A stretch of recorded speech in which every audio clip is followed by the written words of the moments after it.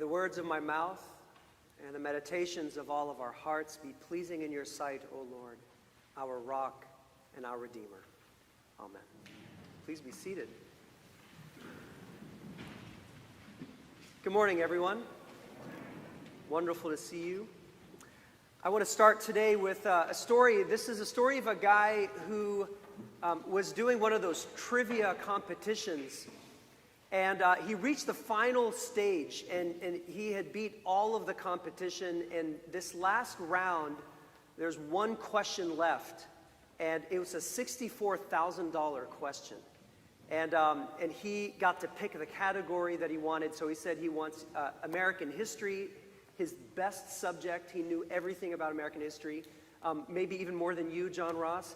And so he is sitting up. He's about standing up there, and he is in front of this whole audience, and the MC gets up and says, "All right, Bob, you know, this is the last round. You are one question away from $64,000.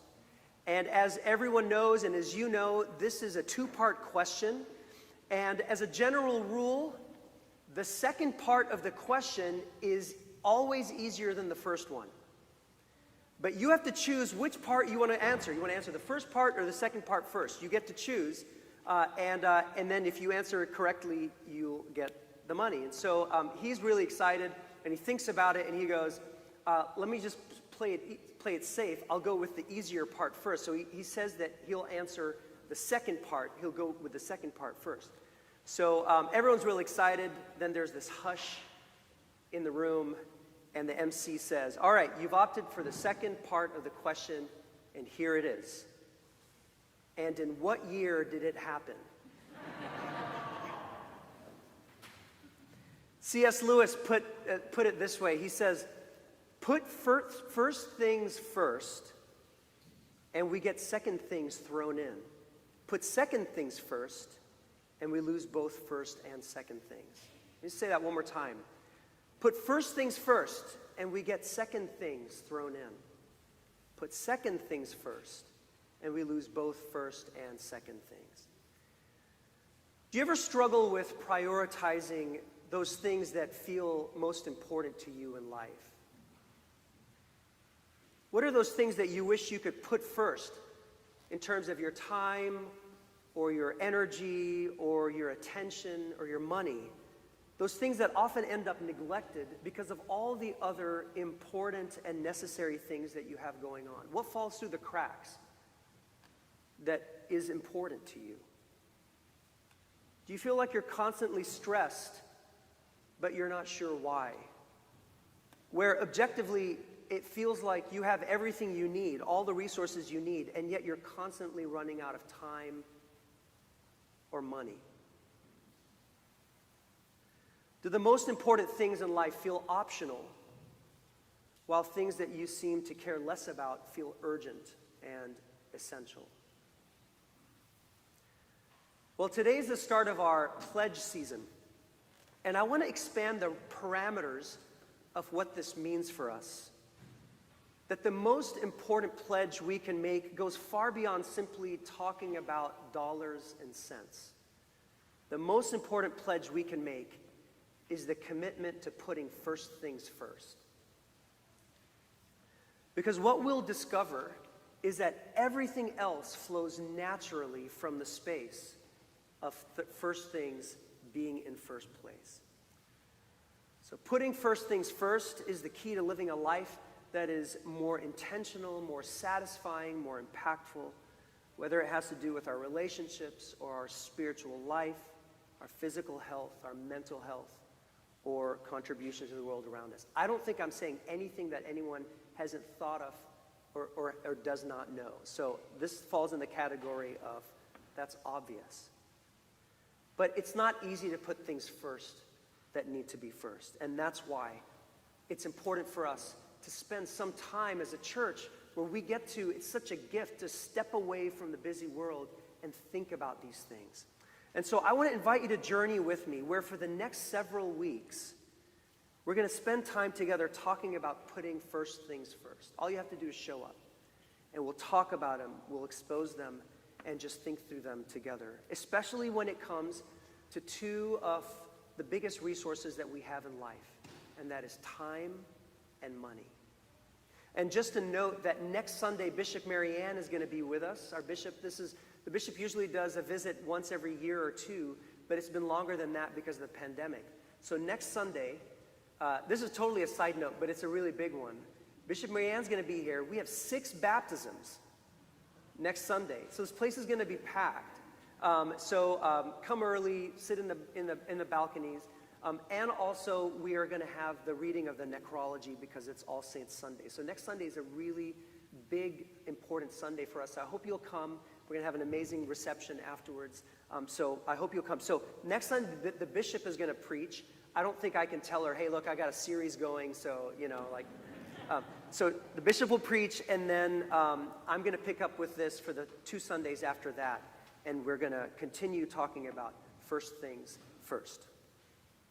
So today, all I want to do is infuse this journey with the number one most important overarching priority that, according to Jesus, trumps any other priority and from which all other healthy and life-giving priorities flow.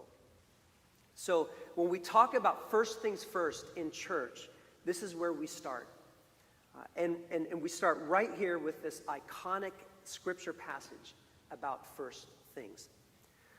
So this religious leader comes to Jesus, and he has this question, and it's so fascinating, just even the introduction to the story, that this guy is a scribe, and he's really pleased with how Jesus answered a Sadducee. And I've said this many times before, I'll keep drilling it in. What's the difference between the Sadducees and the Pharisees? You've heard it. The Pharisees believed in what? Life after death. And the Sadducees didn't. And that's why they were sad. You see? Got it? I feel like so unoriginal because I've given this before many times. So, well, apparently you guys didn't remember it. So the Sadducees didn't believe in the resurrection, and they come to trap Jesus with a question about the resurrection. And Jesus says, basically, there is a resurrection, you guys are wrong. So the scribe, who's a Pharisee, shows up, and he's really pleased. He's like, yeah, Jesus, you tell them, right? Because, we disagree with them on this. He's really pleased with Jesus, and he comes with an open heart, apparently, and an open mind. So he asks Jesus, what is the greatest commandment? Now, by what is the greatest, he obviously meant what's the most important one. He actually says, what's the first commandment, the first of them all? Now, what's so significant about this response that Jesus gives is that this is one of 8 questions that is asked of Jesus where Jesus actually responds. So, sorry, let me rephrase that. I said that totally wrong. He's asked 137 questions overall in the Gospels. He only answers 8 directly. 8 out of 137. So, all the other questions he's asked, he responds with an open question. In fact, Jesus was the master of questions. He asked his audience 307 questions in the Gospels. So he always is asking questions. That's the way that he mentors and teaches. But only 8 of the questions that he's asked does he respond to directly, and this is one of them. So the guy says, what is the first commandment? And Jesus says, the first is this. Hear, O Israel, the Lord our God, the Lord is one. This is from the Hebrew Scriptures. You shall love the Lord your God with all your heart, with all your soul, with all your mind, and with all your strength. Then he tacks on another one to it. The guy's only asking about one commandment. And Jesus says, the second is this, you shall love your neighbor as yourself. There is no other commandment greater than these 2. So love God and love your neighbor. The person's only asking about one commandment. It's like somebody saying to me, which one is your favorite kid? Right? And I'll say, these are both my favorite kid. Right? I'm not picking between them. So he's asking about one, and Jesus gives 2. It's not just love God, it's love neighbor as yourself. And so what's so amazing about this, I'm not going to spend a lot of time on this today, is that you get a sense of what ticked Jesus off so much about the religious leaders in his day, is they seemed so amazing at loving God. They did everything. They did the sacrifices, they were in church, they were tithing, they were doing everything. but they seem to lack the other piece of it, which is really humanizing other people. It seemed like a very judgmental group, a group that was always looking for who's in and who's out. And so Jesus says, it's both of these. And what's beautiful about this passage, again, I won't spend time on this today, but it's actually a really beautiful meeting in the middle space, because the scribe says to him, you're right, you've answered correctly. I really appreciate that. And Jesus says to him, you're not far from the kingdom of God. Like, you get it. If you understand this, you get it. So I came across a quote that I found really powerful that I want to share with us today, and just use this as kind of the landing point for the message today.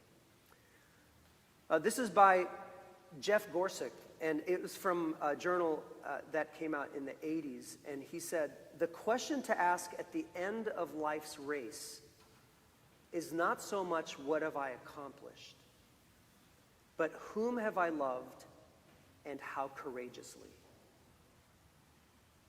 The question to ask at the end of life's race is not so much what have I accomplished, but whom have I loved and how courageously. And what I love about this is the truth that love takes so much courage. Now, I'm not talking about just loving those who are easy to love.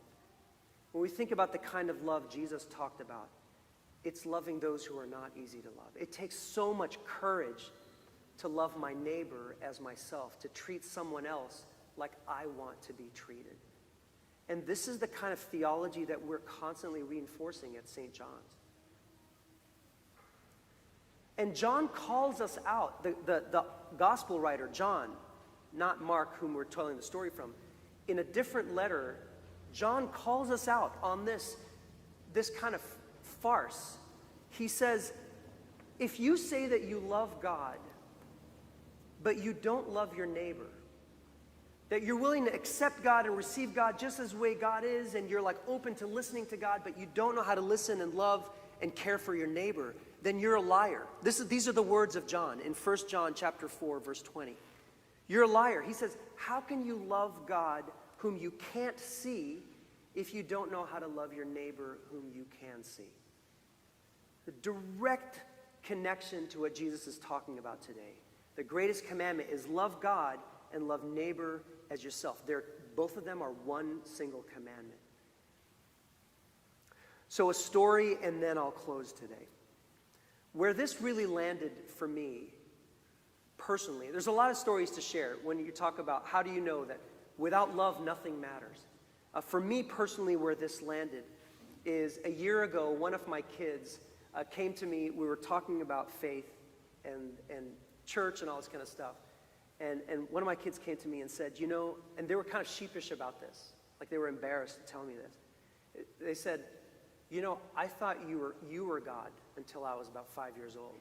And I realized you weren't. And I realized in that moment how much damage a person can do by talking about God and not being I am a loving parent. I'm not saying I'm not, but if I wasn't, in that moment I realized just how huge of a responsibility it is to be loving. Because without love, it doesn't matter. What we do here doesn't matter. And to finish the story, I want to tie it to a parishioner from my last parish who came and sat with me, and this person had so many issues with trusting God, and it's just like, I won't, out of honor for this person, go into any of it. But we were talking, and I was like, why don't you come back and let's meet for another session and kind of unpack this. And as a part of the conversation in that second session when they came back, I realized that their parent was a pastor and that their parent was abusive. And it made so much sense that this person had an issue trusting God because in the background is this iconic person that's supposed to, as a parent, embody love and care. This is how we learn how to trust God in the first place. And yet that person had not known how to really communicate full embrace and love. And it translates into our relationships. And so without love, there is nothing. Paul, the apostle, in this passage in 1 Corinthians 13 that precedes what we call the Agape Creed. This is what he says. Listen to how major these words are. They're so huge. If I speak in the tongues of mortals and of angels, like if I speak every language on earth, and even the language of the angels, but I do not have love, I'm just a noisy gong and a clanging cymbal. And if I have prophetic powers, and I understand all mysteries and all knowledge. Think about it. Imagine having a professor or a pastor that can say that. I know all mysteries and all knowledge. And if I have all faith so as to move mountains, I can say that this mountain just move, and it moves. And if I don't have love, I am nothing. If I give away all of my possessions, and if I hand over my body to the flames, and I don't have love, I gain nothing. So this is where it all starts for us when we talk about first things first as a faith community. That there's no greater priority than walking out these doors and saying, I will give the honor of dignity to every human being. And I will care for others and treat others like I want to be treated. This is number one. That's it for the sermon today. I just want to share with you something that I'm really excited about. Our pledge team, as I said, this is a pledge season. Our pledge team for the second year now is sending out these beautiful devotional booklets. Last year, you'll remember, it was stories by our parishioners of how they got through the pandemic. This one is stories by our parishioners, like their prayers that have been submitted and collected. There's no editing that went into any of the language that you all submitted. So I just want to say thank you to everyone who submitted a prayer. It's basically a prayer and why this prayer means something to me. And it's put into this devotional that's daily. It starts tomorrow with November 1st. Happy Halloween, everyone, by the way. I want to you'll be receiving, how many of you have received these already by delivery? Just raise your hand. All right. Others of you who haven't received it yet, it's coming in the mail. You're going to get it. It might be a day or two late, but they're really beautiful short prayers. And I want to just say that I want to thank Jane Houlihan for putting this together for us. And I want to say that the intention of this is just to help us draw closer to one another, to learn more about these beautiful prayers that we all share that we might not otherwise know. And in here, you'll also find information about our pledge season, and there's an opportunity for you to make a pledge. But I said to the 8 a.m. service, and I said this almost cautiously, I don't know how well it went over. I don't know why I'm doing this again. But I said, don't pledge yet. Don't pledge yet because the easiest thing to do is just to say, this is how much money I'm going to give to St. John's next year.